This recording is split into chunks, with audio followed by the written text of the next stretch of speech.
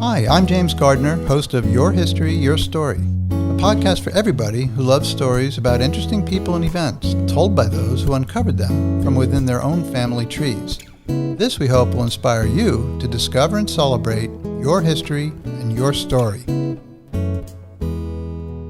Welcome to Episode 7, Ray Hunt, Uncle, Coach, and Mentor. In this episode, we'll be exploring the life of my wife Kelly's Uncle Ray and the impact he had on the lives of many people, including her own. I selected this story because for years I've heard Kelly tell me about her uncle, who, by the way, passed away 4 years before we ever met. She still talks fondly about him, even though she was only 14 when he passed away. So Kelly's here with me now. Kelly, can you share some memories of him, and why is he still important to you today? Sure, I would love to. My Uncle Ray was born in 1923 in Brooklyn. He lived there his entire life. I was also born in Brooklyn, but my family moved to Long Island and then to New Jersey when I was 6. When we moved to New Jersey, we would make trips to go visit my Uncle Ray and my grandmother, who we called Nanny, every couple of weeks. But often my Uncle Ray wasn't there. Where was he? Well, he was out doing some scouting and things like that, outdoor things. I didn't really know what he did. I had no knowledge of what he even did for a living, let alone what he was doing on the weekends. And what was it like when he was there? Oh, it was great. We would ring the doorbell, run down the hall, open the door, and every once in a while when he was there, he would be hiding behind the door and jump out and surprise us. And it was always a good time because he always made us feel special, and we always had a lot of fun when he was there. Occasionally, I would stay and visit for a couple of days. And one weekend, Uncle Ray was there with Nanny, and they took me to my first show at Radio City Music Hall. And what was that show? It was called, yes, I do. It was called What's Up, Doc? And, of course, the Rockettes. So you had not only Nanny, but also Uncle Ray, so it was like a 2-for-1 deal that weekend. Oh, definitely. Yeah, it was great. And a show to boot. It Yes, sounded like for it was sure. a lot of fun. It was. You had mentioned to me when he got sick, he had cancer, that he wanted to pass away at the camp. Can you remember that? I do. He died in 1977 at the age of 54. And at that point, I had learned about this club that he used to love to go to out by Harriman State Park, which is the border of New Jersey and New York. It was called Sebago Canoe Club. I didn't know at that time what his involvement with it was. He had requested that he be brought out there to die. That's where he felt the most comfortable. I remember going with my parents to bring him out there, and I believe one of my brothers joined us also. We got him set up on this platform, tent, cabin type of structure. There was a man there, and I don't remember his name, that I guess was going to be in charge of taking care of him. And the very next day, we get a call saying that he's not doing well. They're unable to give him the care he needs and to pick him up and bring him back to New York to the hospital. So that's what my parents did. I did not go on that return trip, but when my parents dropped him off in New York, by the time they got back home to New Jersey, I got the call that he had passed away. Now, tell me, did you attend his wake and his funeral, and what was that like? I did. I have never seen or been to a wake and funeral like that. It was sad, but it was also amazing because there were hundreds upon hundreds of people paying tribute to him at his wake. I couldn't believe that one person could know so many people, but there were kids in scouting uniforms and different clubs. And I found out later he worked for the New York Transit, and there were coworkers and just people from all walks of life there to honor him. That's an amazing memory, I think. Also, you probably saw that the outdoors and the lake club was so important to him that he wanted to go there for his remaining days. And then on the other side, you see all these people who obviously he had impacted, who came to pay their respects to him. The funeral was pretty much a repeat of the wake. So it was a real tribute to the impact he had on others that I knew nothing about. So that really got me interested to find out, who is this person that everybody seems to love? He was busy impacting people's lives. And this was something that Kelly Kelly and I were both interested to find out. So we both embarked on a little adventure earlier this year, and we did a little research on the internet, and we found an article from 2016 from a man named Hap Welpley. It was in the Sebago Lake Canoe Club newsletter. In it, he mentioned Ray Hunt as his coach. We were able to get in touch with Hap, and we had the most marvelous conversation with him, and we've had several since, and he was able to introduce us to Mike Johnston and also Don Andrizzi, who is Hap's brother-in-law. The three gentlemen have spent time talking with us and telling us about Ray, and actually the three of them are on the show joining us today, and here they are. I'd now like to welcome Hap Welpley, Mike Johnston, and Don Andrizzi to our show. Thank you. Glad to be here. Hey, good morning. Same here. Glad to be with you guys. Thanks for doing this. It's great. Great. Thanks so much for being here today with us and for being willing to share your memories of my Uncle Ray with all of our listeners. I'd like to start off right at the beginning. I'm going to ask you all, how did you first meet Ray Hunt? How did you first come to know him? So I'm going to start with Hap. All of us, we joined the Canoe and Kayak Club of St. Francis Prep. Now, it's a very unique club for any high school. It's, I think, the only one that I know of that had it in the Brooklyn area. I joined it in the winter time. So that was our winter practice. Our coach was Brother Lewis. He said, well, it's time to teach you how to canoe and kayak. So we went to this inlet called Pawtucket Basin, which is off Jamaica Bay in Brooklyn, Canarsie, Brooklyn. And that was our first exposure to canoeing and kayaking. And Ray was the coach along with Brother Lewis. It was nice to meet him there, and it was a great contrast with Brother Lewis. Brother Lewis was a great guy, kind of an old sailor salty type, whereas Ray was more the cuddly teddy bear type. So when you got there, you knew that if you fell over, Ray was going to get you out of the water. Terrific. How about Mike? How about your experience first meeting Ray? My experience was much like Hap's. The common bond there was St. Francis and the canoe and kayak team. Eventually, as Hap said, we all reported to the Sebago Canoe Club, where we all paddled for that club in the summertime in the race series. But that's where I first came to know Ray. So Ray was really the first coach that I had at the club, as we would come under Ray's tutelage, and he would teach us the fundamentals of paddling canoes and kayaks. What did that look like when he was coaching you? How would he coach you paddling? Ray was very patient. We would later advance to another coach by the name of Gordon Miller, who, much like Brother Lewis, was not as comforting a coach as Ray was. So it was good to have Ray as the beginning coach. Terrific. Don, how about you? What was your first experience with Ray? Again, another St. Francis Prep graduate. What really piqued my interest about the canoe team was when I was a freshman, there were these rumors of this group of boys that had been on the canoe team, and they had been up in Canada on a trip and had been lost. That piqued my interest, and I started paddling in the spring of 1971 through the canoe team, and then met Ray via the canoe club. When Ray was coaching all of you, did you get very competitive as a school? We were very competitive, and we won, I don't know how many championships, but we were certainly very competitive in the sport. Each year, we won the national champion. Now, there weren't that many schools, but there were more than you would think. On the Hudson River, there were a couple, and then there were some throughout the country. I think that it was successful because Ray and Brother Lewis were very dedicated to the program, and they were great teachers and coaches. Gotcha. Are you all from Brooklyn originally? Yes. Yes, I guess we were. Yeah. I understand that Ray Hunt was very enthusiastic about taking young men, whether it was scouts or young men he was coaching in school, on wilderness trips. I know there were several trips that you all were involved in. The first one is named the Chef River trip. I'm going to start with Mike. Mike, could you tell us a little bit about that wilderness trip and how Ray prepared you for that?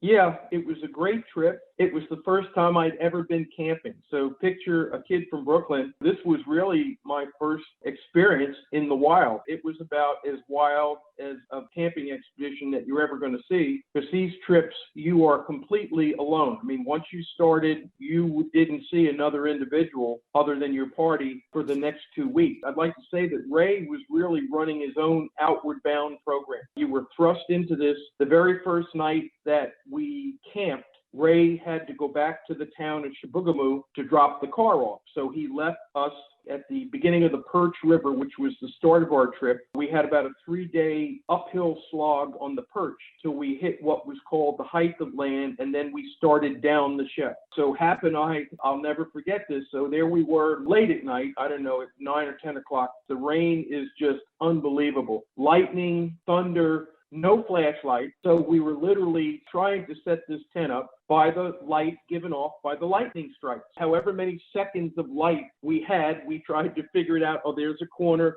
there's a stake. We finally got this tent set up and crawled inside of it, spread our sleeping bags out, and of course that tent leaked like a sieve. There Hap and I spent the night, 2 wet puppies curled up, fetal position, shivering till the first light of daylight came along, and then Ray eventually made it back from town. So that was the beginning of our trip and the beginning of my camping experience. Total of 2 weeks on the river. We probably had at least 8 or 9 days of rain. My quick question, just for the listeners, where is the Chef River? The Chef is in Quebec. It's a well-known river, very heavy whitewater, a serious river for serious paddlers. And if you don't know what you're doing, you could get hurt in a hurry. In fact, on that trip we made with Ray, below one of the big waterfalls that we had to portage around, and when I say a waterfall, probably a 60 to 80 foot drop on this one waterfall. Below that fall, we found a canoe that had gone over the fall. In that canoe was a camera, and Ray traced the camera back to the owners, and it was a boys' school in Pennsylvania. They didn't go over the falls. The canoe did, and the canoe was total. We found it a mangled mess,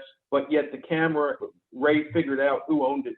Good detective work. Mike, around what year was your Chef River trip? It was 68, so it was the summer of Woodstock. In our preparation for the trip, a weekend or two before we left, the trip was in August of 68, we had gone up to Lake Sebago to pack up and do our food preparation. So where we would take the food, everything had to be packed in waterproof bags. We met at the Sebago Canoe Club cabin in Harriman State Park and distributed it amongst how much weight each and every one of us was going to carry. It was a big deal on the portages because you had to carry your canoes and your packs. It was heavy work. My goodness. Was that the trip where you ran into a little difficulty on the water? Yeah, we were running a rapid called Asian Falls. It was just pure heavy water. And it was runnable if you had a cover on your canoe.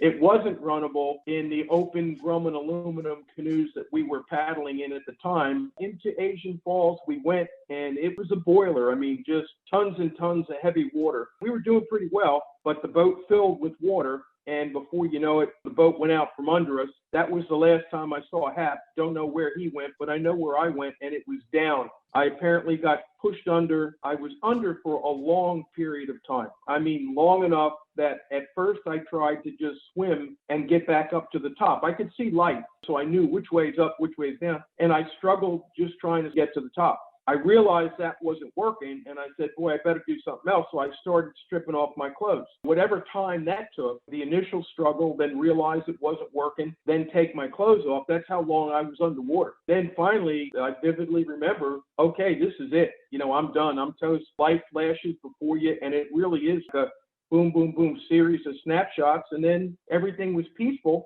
Then the next thing I knew, I caught an upwelling, and it brought me to the top. And lo and behold, my pack was right where I came atop. And the packs were very buoyant because they were filled with bags that had been tied tight, waterproof, and just hung on the pack till I basically got my air back and got down to the bottom of the rapid. Oh, boy. That sounds terrifying.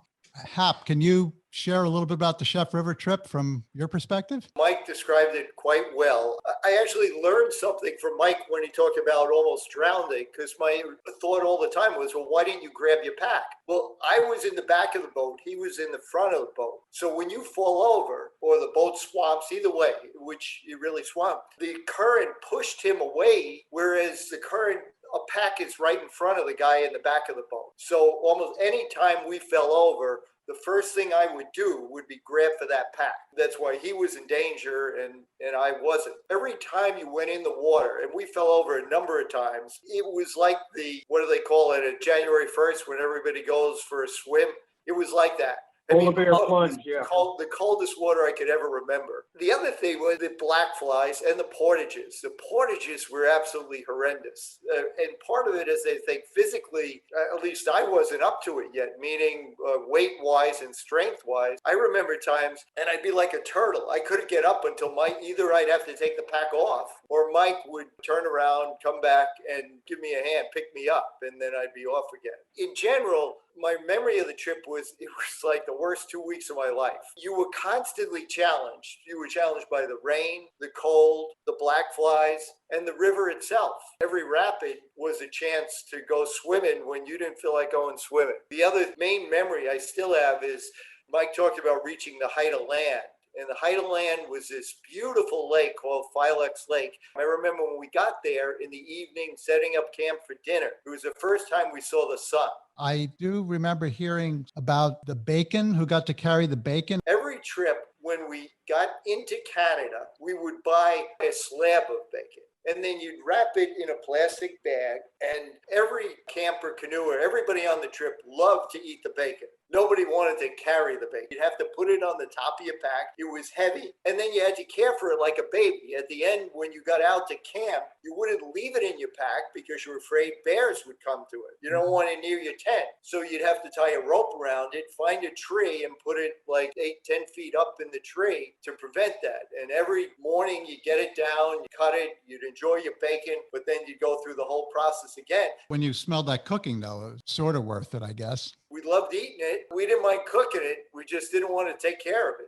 A little bit about Ray. So when you drove up, was Ray driving? And how many people were in his car? It was Ray's. It was a Ford station wagon, but not a big station wagon. It was a Ford Falcon. Ford Falcon. Thanks, Mike. 6 of us would fit in. We'd fit all our gear in, and then we would put 3 canoes, one next to each other on top, and then a third canoe went on top of the 2 canoes. And that's how we traveled. This thing was way down. Today, I don't think we would dare do that. The next trip, Ray rented a car. I guess he decided, hey, the Falcon had seen its better days. If you remember on the chef trip, we had to push it to start it every time. None of us drove. We were all teenagers. So Ray was really the only driver. So he would drive the entire way to Canada up and back, and we would just hand him coffee to keep him going. And when we got to wherever we were staying that night on the way up, we would always try and park on a hill. So in the morning, Ray had to pop the clutch to get the car started. Wow. The second year, I think Ray actually rented a car. That's a good segue, actually, into the next trip, the Canoe,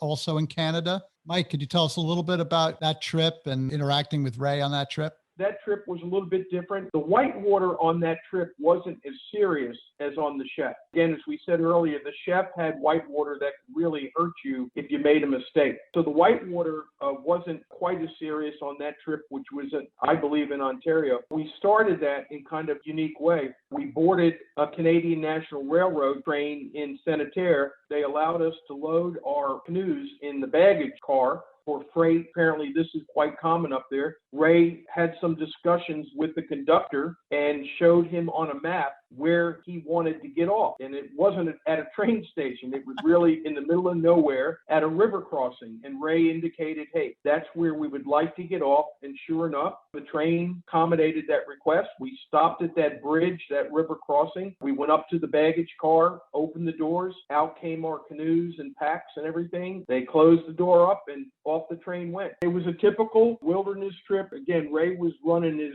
own little outward bound program. And that's really what these trips were about. I think fortunately that second trip we had quite a bit more sunshine than we did on the chef. It was, in my mind, again, more pleasurable, but you're always ravenous. You're a young kid, you're burning thousands of calories a day because you're moving from the time you get up in the morning, you're paddling all day long. So when you get to that campsite at night, you're hungry. There's usually never really enough food because you have to ration because you're on this trip for 2 weeks. We came across Canadian National Weather Station, but as we came across that station and we walked in there, they were well stocked with food. We ended up putting a dent in their pantry that night when we stumbled in there. So that was a good memory that I think Hap and I have talked about repeatedly. Wow. Oh, terrific. I want to ask now about another trip, St. Marguerite in Quebec, I believe. And I'm going to ask Hap if he could share about this. But first, I have a question for you. Your first trip, you said, could have been the two of the worst weeks of your life. And here you are back on another trip.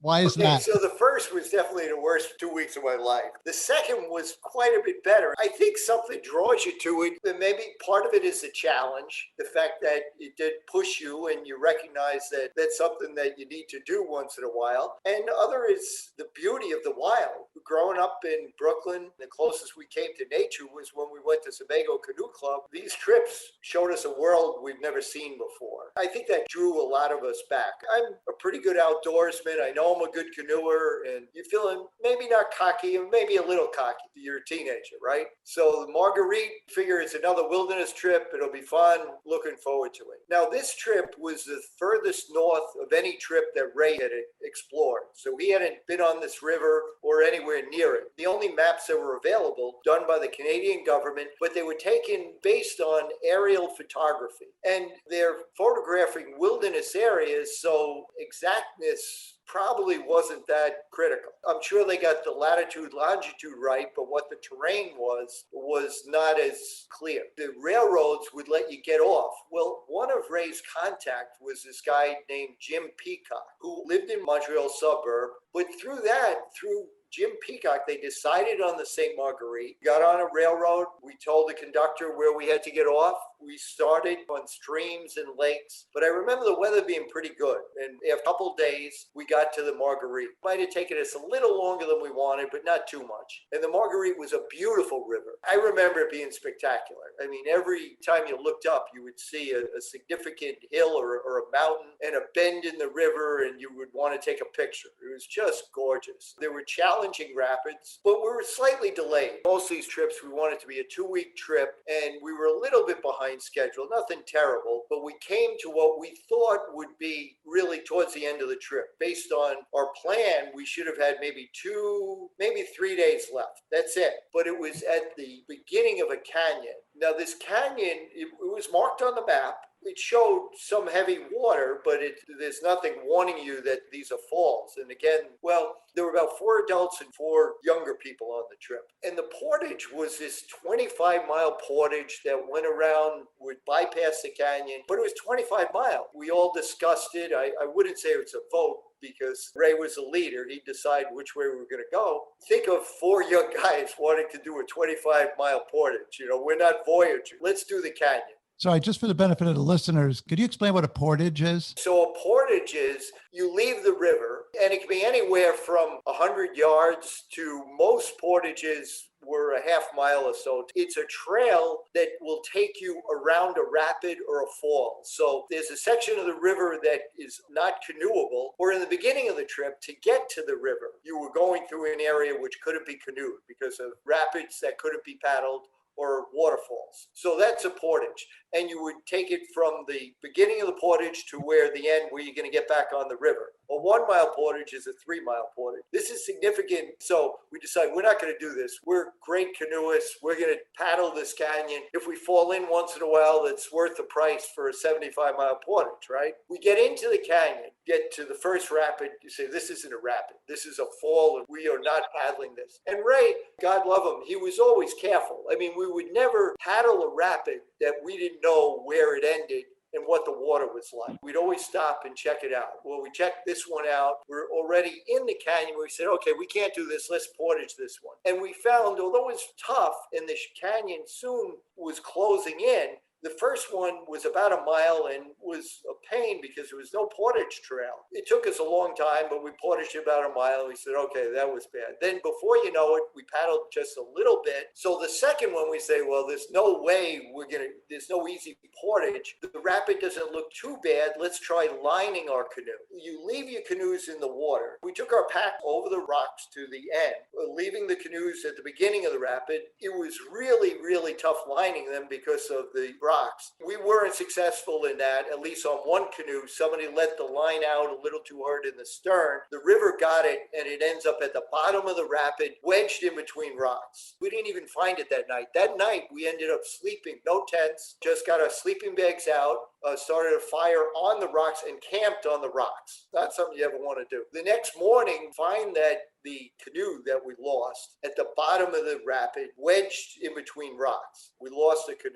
We spent, I'd say, at least 8 days in this canyon that we thought we'd get through in one day. We should have been home by now. The parents are going nuts. It took so long because there were no portage trails, and canyon was sheer on both sides, sheer rocks. So then we decided to climb up, hoping that we would find a flat ridge line on the top. So we climbed up, it must have been 1,000 feet with canoes, with packs, only to find that there was no ridge line. It was thick forest. So we climbed back down. That's what takes 8 days. We made a lot of mistakes. What we were thinking was, we got to make better time. So the only way we can make better time, now remember, we have 8 people and 3 canoes, so there's a potential to get rid of stuff. Let's lighten our load to get to the point where we can do all the portages in one shot. We succeeded in lightening our loads enough. We do that, and we get down back on the river. But before you know it, we are quickly running out of food. And so we're hungry. So suddenly we're on the river. Ray takes me in a canoe. We cross the river to think, well, maybe the other side is better. We hear this propellants. Holy moly, a helicopter's coming there. Remember, we're already late a week. My mother works for the phone company. I'm an only child. My mother, she comes into work and she's crying. They take her up to some head muckety-muck in the New York telephone company. He's going to help them by contacting the Canadian telephone company. What's the first question? Well, what river are they on? All she could tell them was, we were in Canada.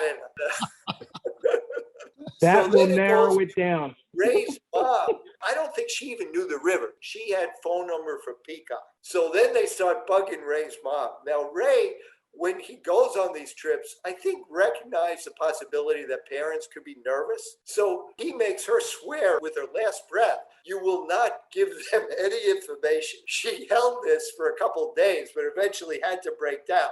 Before you know it, they're sending out rescue parties. So that helicopter was the Royal Canadian Air Force. It was unbelievable. They landed in this one spot in the canyon where it was black water. It wasn't rapids, but there were cliffs on both sides. The pilot was an expert to land that helicopter. And then he had to keep that forward motion so that he didn't go down the river. Ray and I get back in the canoe when we see this helicopter landing. We're the only ones in the canoe at the time. They threw us a line and we paddled to the helicopter, pulled the line in. One guy in the canoe held the boat and Ray and I got out on the helicopter. They wanted to know from Ray, how is everything? We say, we're doing okay. It's taking us longer, but we're doing okay. They wanted to talk to me, being a kid, probably to make sure Ray's not crazy. So he said, how are you? I said, well, we're all healthy but hungry. We got back in the canoe and then they threw in this big box which contained the remnants of their box lunches. So we got the box lunches, we get back in the canoe, get back together. It wasn't too long. We got to our campsite that night. We were so happy that they came. We knew that somebody knew where we were. And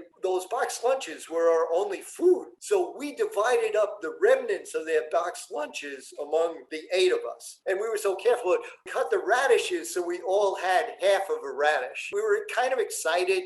And we think, well, they're probably going to come back. Well, they didn't come right back. So we got back in the canoes and then we hear the propellers again. This time the guys can't land. But what they do was they hoisted down one of the crew and we say, no, we don't want to be taken out. We're okay. I think he knew we weren't coming out. They were just checking on us. Remember, we have 3 canoes and 8 people. And now we're anticipating, hey, we're going to get back on the river.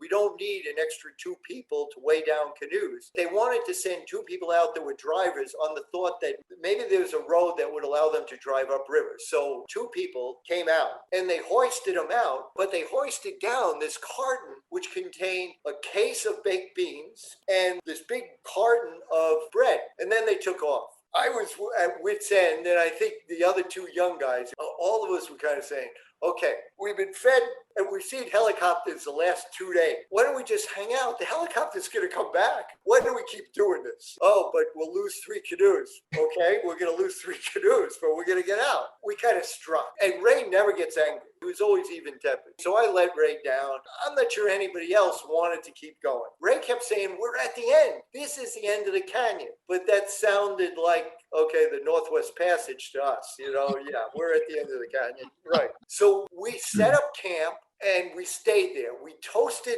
20 loaves of bread and ate 12 cans of baked beans. Blazing Saddle in real life.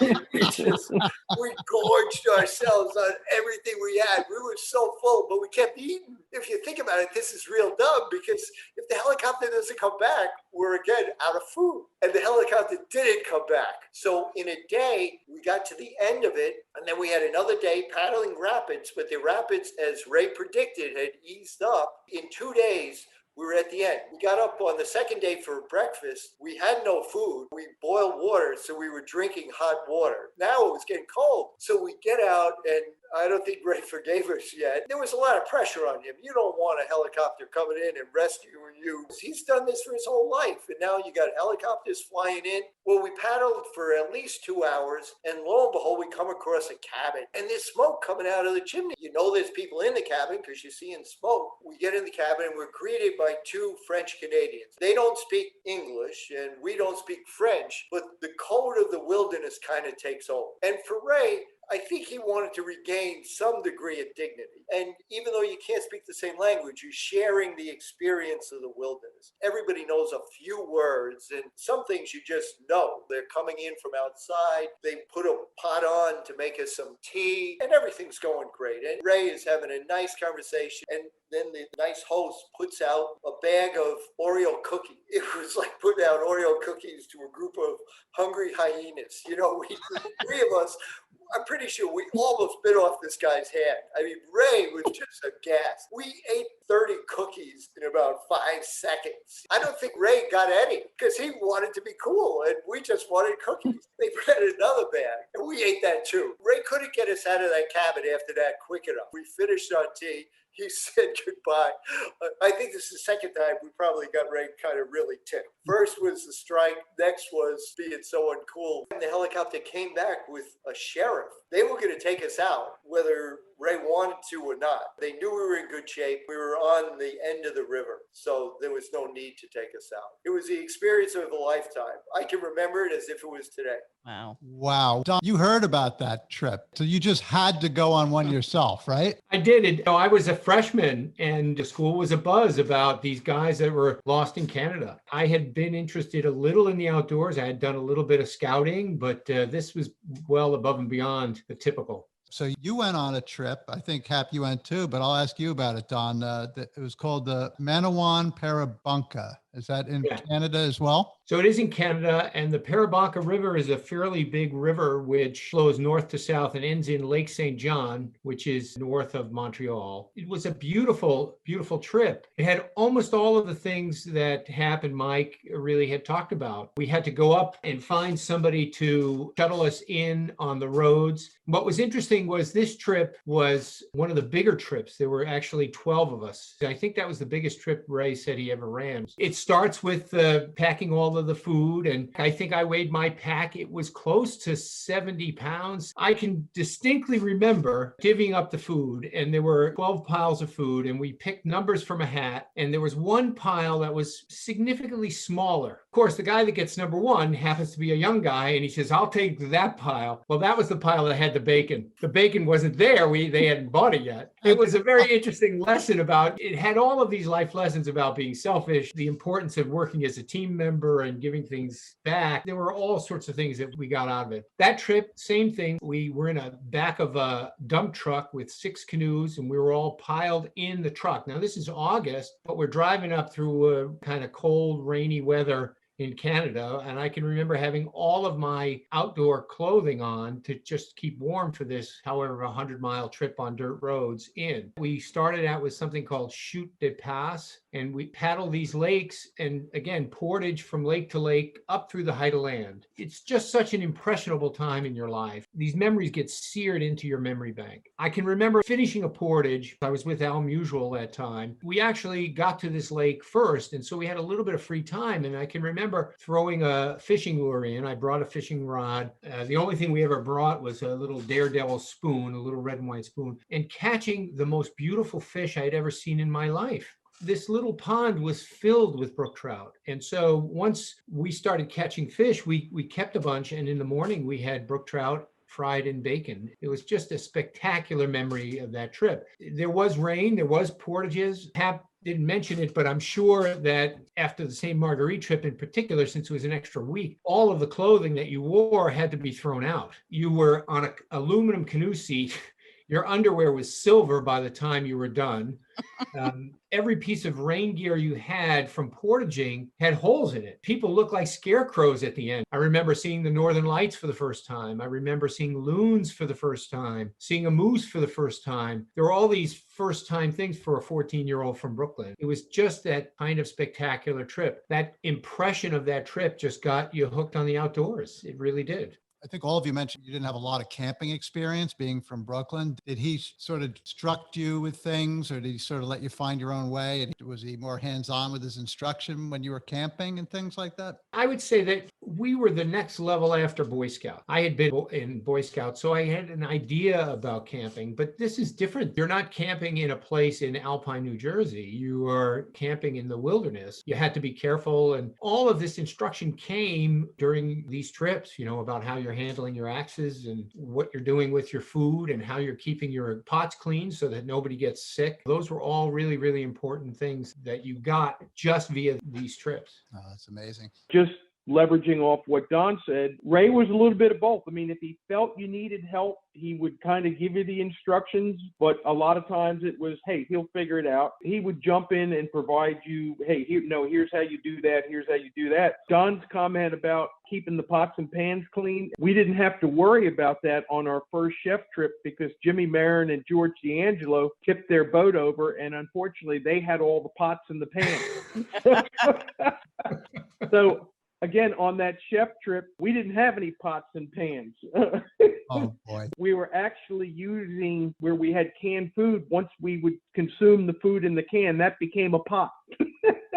We were having to improvise. You got to learn to think on your feet because everything got lost. There was probably a life lesson there. Don't put all your eggs in one basket. Well, all our pots and pans were in that one canoe that went over, and we lost everything. Lesson learned. Lesson learned. We had to improvise. I echo Mike's comment. I think Ray had a very good, in terms of his coaching for wilderness stuff, a great blend of how much do you tell people and how much do you let them figure out on their own. I think he really had that right. Good point. Speaking of coaching, I wanted to ask Don, you actually did some serious paddling, competitive paddling with Ray as your coach for a while. Could you tell us about that? These trips were the highlight for us for the year, but most of the year we were really racing. So we raced through the high school year. We trained in the winter time. And then in the summer, we'd be members of Sebago. We'd move from being under the auspices of the school, our school team, to being under the Sebago team. Once you got to Sebago, now there were various races and regattas throughout the country. There were regional races. They were called divisional races. And then there were races in various places. And the nationals would be in different parts of the country each year. So we'd travel to these races. And Ray really was a coach for many of the junior racers during the summer. So for example, in 1973, Ray coached us, and there were 4 of us who went to the Junior World Championship races in Vouch, Poland. So that was 1973. In 1974, he coached us, and we won a bunch of great races. We went up and raced in the Dominion Day race, now the Canada Day races in Toronto. Ray was our coach and coached us very well. We were pretty good. We were, I think, 2nd or 3rd at the Nationals. We won the 10,000 at the Nationals. There were a bunch of things that we really did well and went to the pre-Olympic regatta in Montreal. At the end of that summer, we were really racing really, really well. We were all thinking about the Olympics, and the Olympics were going to be chosen on the basis of 4-man, 2-man, and singles. What was interesting was there were some other people in the New York City area who were also trying to vie and to get to the Olympic team. There was a fellow named Mike Kelly who was national champion for quite a few years out of the New York Athletic Club, but he was actually aligned with several guys from the Midwest and they were going to race in the 4-man kayak. There was a coach who came from Poland. He had been training the Italian national team and actually trained the world champion from Italy. And he moved to New York, and he knew these two Polish guys who were at the New York Athletic Club. We got this offer for Bill and I to join them and a cadre of, there were 6 of us that were going to train together. And Ray did everything he could in terms of learning about training. He read books on physiology, books on weight training, books on kayak racing, on technique, and he did everything he could to get that information. It was paying off for him as a coach because we were doing really very well. But once we had this offer from this Polish coach to join the New York Athletic Club, Ray encouraged us. He said, look, he's going to take you to the next level. I don't have those skills. I can't really take you there. There is a little bit of regret. I mean, as it turns out of those 6 people who went to race at the New York Athletic Club, only 1 made the Olympic team that year. In retrospect, Bill Hansen always used to say, we really should have stayed with Ray. And had he and I raced together in the 2-man and stayed with Ray that extra year, we probably would have had a very, very good chance of making the Olympics just on our own with Ray. And again, hindsight's 2020, and that's one of those regrets that you have about it. And Ray was really just trying to do the best for us. He wasn't really looking out for himself. He was saying, look, you guys have the best shot with this Polish coach. Go with him. So. Wow. That's a nice story. Don, I'm going to continue with you, though. I want to talk about Ray's last trip, and I believe that was the Nottoway River. Yeah. So the Nottoway was an interesting trip. The river actually flows north. It flows north up into James Bay. The river was going to end in a place where there were no roads. And so there was no train, there was no roads. So we were actually going to have to fly out. It was an interesting trip in that there were some portages. They started out with lakes. I would say that the weather for that trip was better than most. So we started in a town called Matagami, and there were these big lakes. We were really quite worried about these lakes because the wind on these big lakes up north can blow really quite hard and make it very, very difficult for you to paddle. Well, we were really fortunate. The wind blew behind us, and we lashed 2 canoes together. There were only 4 of us on this trip. We started on this trip thinking that these lakes were going to be terrible, but we lashed the canoes together, we put up a tarp, and we basically sailed a pontoon boat down these lakes. It was really spectacular. When we finally got to the river, there were a few portages, and I can remember Ray seeming slow. Ray was usually on these portages, he was usually capable of really handling a load and, taking the canoe, taking a big pack without any trouble. But this time he was having trouble. And there was one portage in particular that I remember. The river had a slow bend to the left. And on the very left side of the river, there was this rocky channel. Well, the rocky channel was for when the water levels were much higher, the river would flow into that channel. But the rapids were really quite big there. So we ended up having to go over this rocky channel. And walking on these boulders was hard. I mean, it was hard for a healthy young guy. Ray, I noticed his ankles were swelling, and he would step down and his feet would hurt. Somewhat later in the trip, and there's even a picture I think I sent you of us taking a nap, which was another unusual thing. We didn't often take naps in the middle of the day, but Ray was tired, and we would take a fairly big lunch break and a pretty long nap because the trip was going well and we were really pretty much right on schedule. And I noticed that his fingers had some swelling at the tips. Well, this is 1977, and the next year I got to medical school, and I was in a class, and I started realizing that what he had was signs of clubbing, and clubbing is one sign of what's called pulmonary hypertrophic osteoarthropathy, which is a sign that happens when you have lung cancer. Mm. But we had an interesting trip. We make it to the end, and again, same as all the trips. We saw moose. We had wolf prints around our camp. One morning, we saw the northern lights. So we ended the trip at a place called Clean Camps on James Bay. We got there, and the next day, a plane flies in to take us out, but it only has room enough to take 1 canoe and 2 guys. So we decided that Ray and I would stay and wait for the second flight. We're left there just to twiddle our thumbs and wait for the plane. Well, the day is getting longer and longer, and sunset is approaching, and sunset comes and no plane comes back. figure, well, okay, so they must have got delayed. And the next day, again, no plane comes back and the whole day goes by. And so now, we've had 2 nights that we have to stay there, and your mind basically starts to wander. They said, look, did the plane go down? It's a beautiful, clear day here, and we can't imagine what's delayed them. The third day, late in the afternoon, we hear the sounds of a plane, and the plane is coming from the opposite direction. It's not coming from the way that it should. It's coming from the opposite way. That plane lands, and it's a bigger plane, which carries 12 people. The weather in Matagami, where they were, was so terrible, they couldn't fly a plane out. It was snowing and sleeting, and we were sitting in beautiful weather up on James Bay, and they were just delayed for a couple of days. And that's kind of the typical thing that happens up in the north. If you're in a wilderness place, you don't know that people are going to be able to come and get you. And did you tell us that that was about 175 miles from where you were? About a 175-mile trip, yeah. The weather was that much different. I imagine Ray, feeling responsible, was probably quite worried about what was going on. Well, I think Ray was sick. In retrospect, we know he succumbed to cancer shortly after that in that year. And so Ray was muted. He wasn't his usual self. He was spending a lot of time sleeping during the day. It wasn't the usual Ray. Ray was always on these trips. He was always thinking, always planning next steps, always thinking ahead. But I think that particular trip, he was feeling the effects of his illness. Yeah. Mm-hmm. I just want to go on to a little about general things about Ray. Maybe I'll start with you, Don. Ray spent a lot of time on these trips and coaching. What did he do for a living? Ray worked for the New York City Transit. He actually worked at the transit stop that I used to go to school at Myrtle Avenue. We all commuted to high school, and you got in one stop further out, I think, but we would take the subway in to high school every day. And Ray worked at that stop. He was a token collector. My dad also worked for the transit. It's kind of interesting. They had that transit city connection. So. Mm-hmm. Hap, I'm going to ask you maybe, what was Ray's general demeanor? You spent a lot of time with him.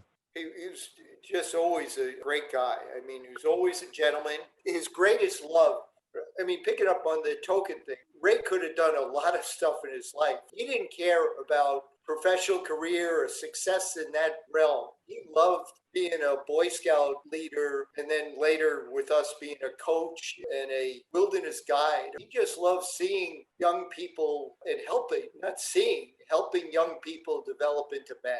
St. Francis Prep was all boys, and Scouts was all boys at the time.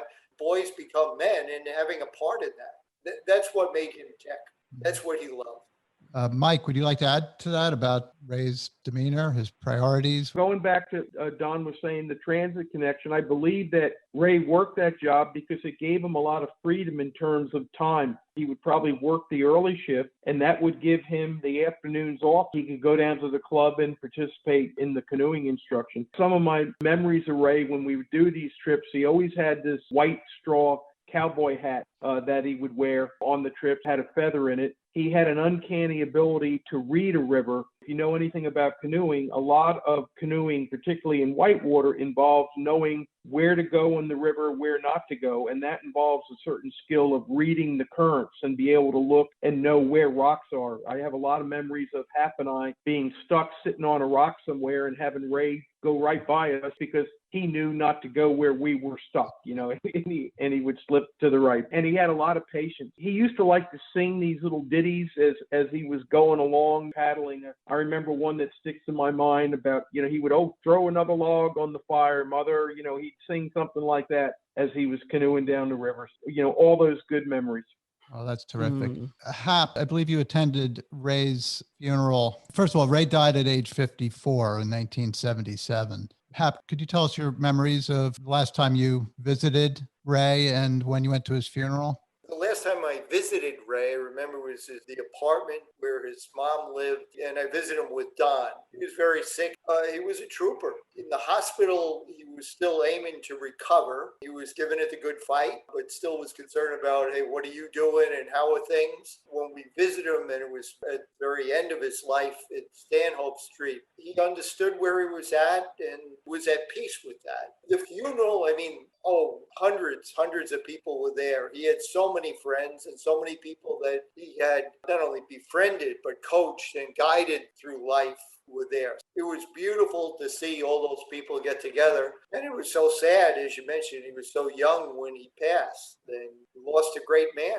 Mhm. Absolutely. Yeah, I remember being at the funeral also, and hundreds of cars in the funeral procession, and the wake was just packed out to the streets, people of all ages. I just couldn't believe he knew so many people or had impacted so many people, which leads me to our final question for each of you. And Mike, I'm going to start with you, and that is, how did knowing Ray impact your life? Don touched on it earlier, and to me, it was absolutely, I credit Ray with my love of the outdoors. Prior to my first trip in Canada, I had no camping experience, and Ray introduced me to that world that I may have never been introduced at all, and I credit him to this day. I'm still a canoeist. Hap and I got together last year and went up to the Shenandoah. I love to camp. I love to hunt. I've been to Canada several times as recently as last year, and I credit that to Ray. My first viewing of the Northern Light was on that Chef River trip. He opened the door to a world I knew very little about. He was a great man. Thank you so much.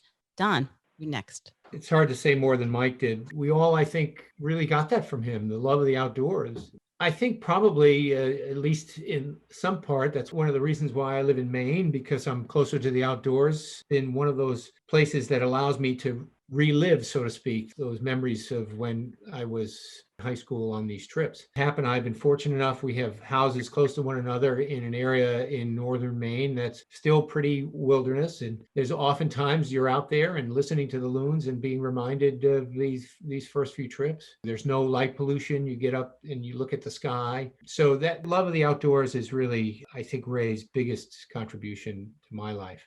It also is interesting because Hap and I have looked at this before. You know, many of the rivers that we have been on are no longer paddleable. You know, that experience is lost to anybody else who tries to do that. Mm-hmm. Hap? I echo what both Mike and Don said about the love of outdoors.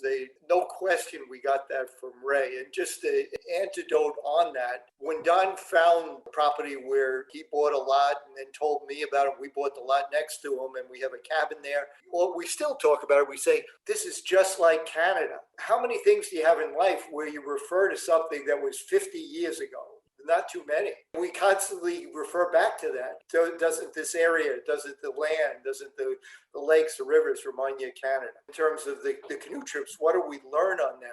That really was our first exposure, and it was a necessity to the idea of teamwork and doing your part. I mean, if you didn't do your part, the whole team would fail. Everybody had to set up tents. Everybody had to cook when it was their turn. We had to get through the portages. We had to chop wood. It was essential that everybody did their part on these wilderness trips. So we learned that from him.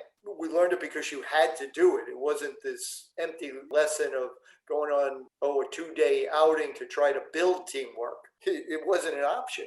And probably the fact that those trips were so challenging in all their aspects mentioned in the bugs, the cold, the strenuousness of the trip, and the challenge of the rapids and the stuff, at least for me, they took me to the edge of what I could do.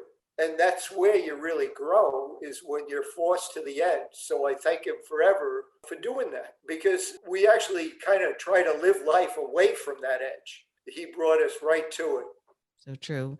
I can't tell you how much I appreciate your time and sharing your memories with us. It's meant the world to us. I'm supposed to be the one who holds it together. I got to say, you guys have just been amazing. From the day that we came across Hap's article in a Sebago Lake newsletter from 2016, it's just been a journey with you guys, and I feel like you're our friends. I did not know Ray. I met Kelly about 4 years after Ray passed away. What I do know is that she has always talked about him. So I thought, this has got to be a pretty amazing guy. Saw pictures of him, maybe only one or two. And somewhere in the house, we have a red beret that belonged to him. But I just didn't know him that well. And I just felt this guy's really special. Meeting you guys and hearing about him and just the memories you have after 50 years, almost 50 years, is just, it's heartwarming. Now I know why Kelly thought so highly of him. And even though I didn't know him, I feel like I miss him almost as much as you all do. So I want to thank you. And for all our listeners, until next time, keep discovering and telling stories that inspire you and others. And have a great day. Thank you. Thanks. Thank you, guys. Thanks for pulling it together. Did a great job. Thank you for joining us for this episode of Your History, Your Story. Please subscribe, share, and check out our website at yourhistoryyourstory.com for episode notes and bonus content. We'd love to hear from you if you have any questions, comments, or a story to tell. Be well and God bless.